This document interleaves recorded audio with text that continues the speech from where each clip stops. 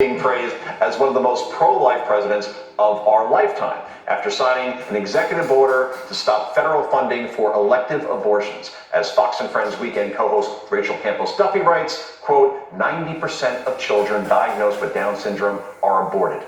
Thank you, President Trump, for being so warm and loving with our little Valentina and for protecting all baby humans in the womb, unquote. And who could forget this powerful image of Trump signing an executive order protecting girls' sports? I remember it as a wife that ran Division I track at Georgetown, once number 3 in the country ranked, true story. Nothing drove her crazy than watching biological men competing against biological women in sports. She would always say, imagine getting in the blocks and then you look down and you see somebody who looks like Saquon Barkley about to run against you. No matter how much you train, you're going to lose. And that really made her angry. And this was a huge issue in this campaign, no question, 2024, Miranda. It sure was. And I think that image of Donald Trump surrounded by all those little girls who will be impacted by this was really heartwarming, and it was a promise that he had made, and I think it showed some courage for him to stand up against this sort of trans nuttiness that had taken over the country during the Biden administration, in which the realities of biology, that there are boys and there are girls and that they should play in their segregated sports.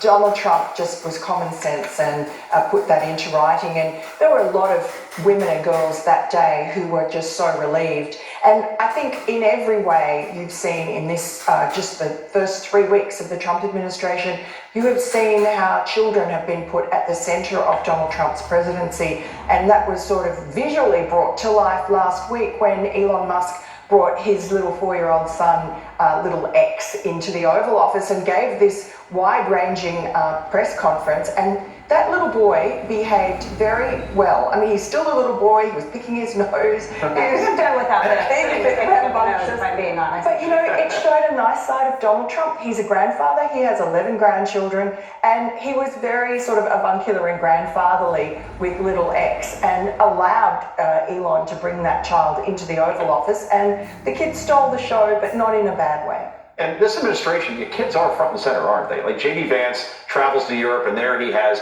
his kids in tow. And it's such a young cabinet. When you look at our old colleague Pete Hegseth, for example, and all the children that he has. And then Elise Stefanik is in her 30s. J.D. Vance, only 40. Sean Duffy's got 9 kids. 9 kids. Yeah. I have 2, and I need a playbook. And Sean and Rachel have 9. It's incredible. So to that point, though, it seems that a lot of younger people here feel priced out of having a home, and they just don't want to get married because they just feel like they can't afford it, Nicole. Well, it's not even that they can't afford it. It's just that they're being told that having a family is not realistic anymore. They say, yes, you can't afford it. They also are saying that, as we already talked about, the liberals are talking about the doomsday and why you shouldn't get married, why you shouldn't be bringing children into this. And it is something warm to be seeing all these families. J.D. Vance traveling. You know what? Donald Trump is truly trying to say that he is putting children first, and it's getting boys out of girls' sports. It is removing the transgender genital mutilations in children. And by having these children front and center, he's again showing you how much he values the family unit and children. Outstanding. Well, let's listen to this, because this is very interesting. This first executive order, it prohibits federal funding for COVID-19 mandates, vaccine mandates in schools.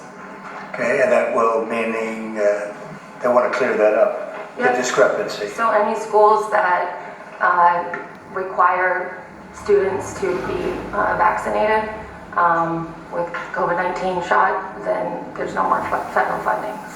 Okay, that solves that problem.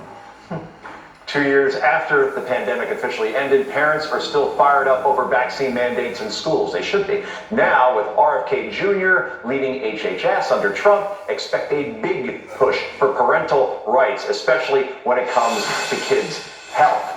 How refreshing, Griff. Yeah, and look, the MAHA make